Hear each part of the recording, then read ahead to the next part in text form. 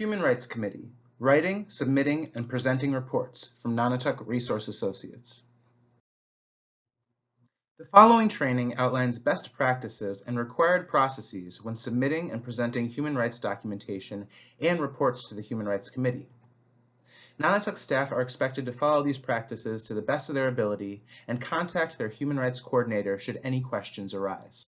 Today, we will be discussing Nonotuck's Human Rights Committees, staff roles and responsibilities, writing meaningful reports, required documentation for submissions, the submission process, and presenting your reports.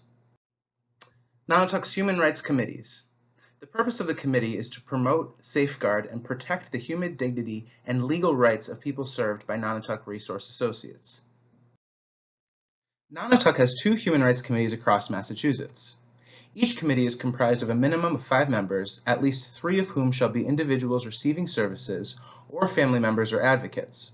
No member shall have any direct or indirect financial or administrative interest in Nonotuck or DDS unless a waiver is approved by DDS. Membership shall include a physician or nurse, attorney or law student, and psychologist or at least master's level clinician. The committee members shall have experience and knowledge relevant to the duties of the committee. Staff roles and responsibilities. The Human Rights Coordinator. Each area of the state has an appointed Human Rights Coordinator who is responsible for requesting, gathering, and distributing human rights documentation submitted by each case manager. Additional responsibilities include recording meeting minutes and attendance, reviewing human rights policies with the committee, reviewing old agenda items that need follow-up, and submitting the minutes to DDS. The Case Manager, or CM. Each Nonotuck case manager is required to be trained in basic human rights, and each office must have a designated employee trained as a human rights officer.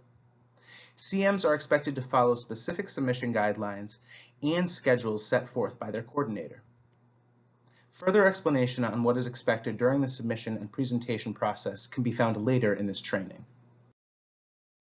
Directors. A Nonotuck director from one of the corresponding offices must be present at each meeting. Input and participation is expected in meetings when relevant cases from their team are being reviewed. Clinicians.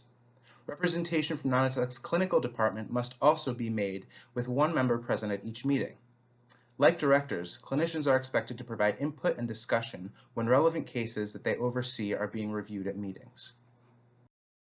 Writing meaningful reports. When writing reports or summarizing an incident or status of a person, it is crucial to consider the language we are using. Values-based, inclusive, and respectful language is not only a snapshot of the work we do individually, but Nonotuck's mission as a whole. Even though many of the cases being reported can involve challenges or limitations for people, it is as important that we highlight the positives, strengths, and areas of growth they are experiencing as well. Staff are expected to utilize such language when writing reports to ensure that the most meaningful, authentic, and accurate representation of the person or incident is being made. Always try to avoid using language that may be stigmatizing to the person. And practice writing reports as if the person you are writing about will be reading it. Required documentation for submissions.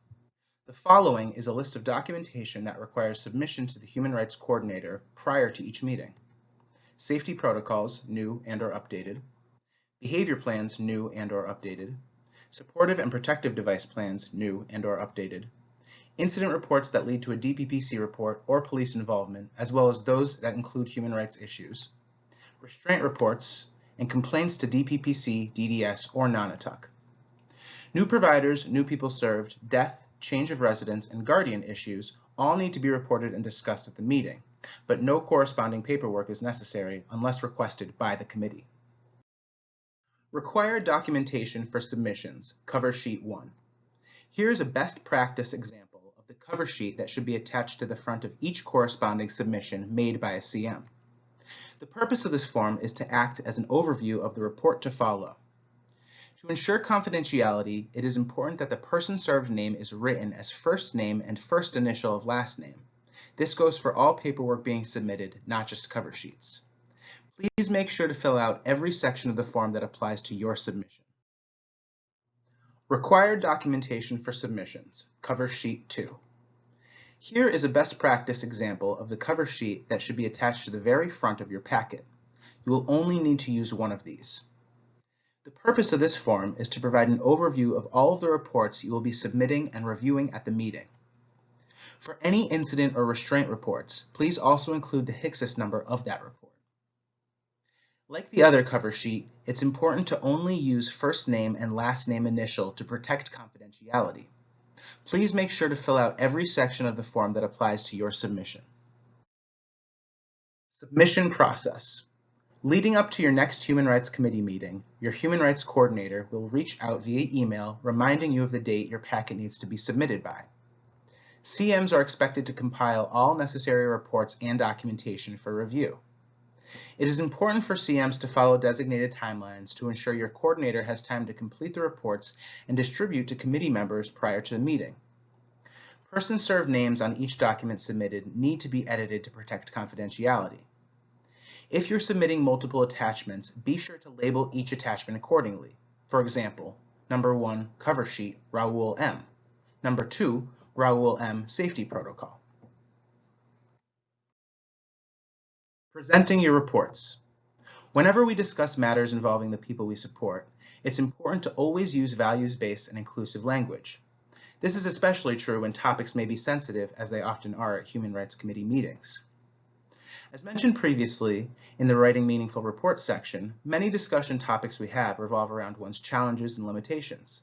It is important that such topics don't become the nucleus of the conversation, however. Consider the areas of growth and strength the person is experiencing, or ways that their environment may have influenced the situation being discussed. Empathy is an important component of this, but it also helps to consider how we would want our CM to represent us and speak on our behalf. Present your report as if the person you're speaking about is in the room.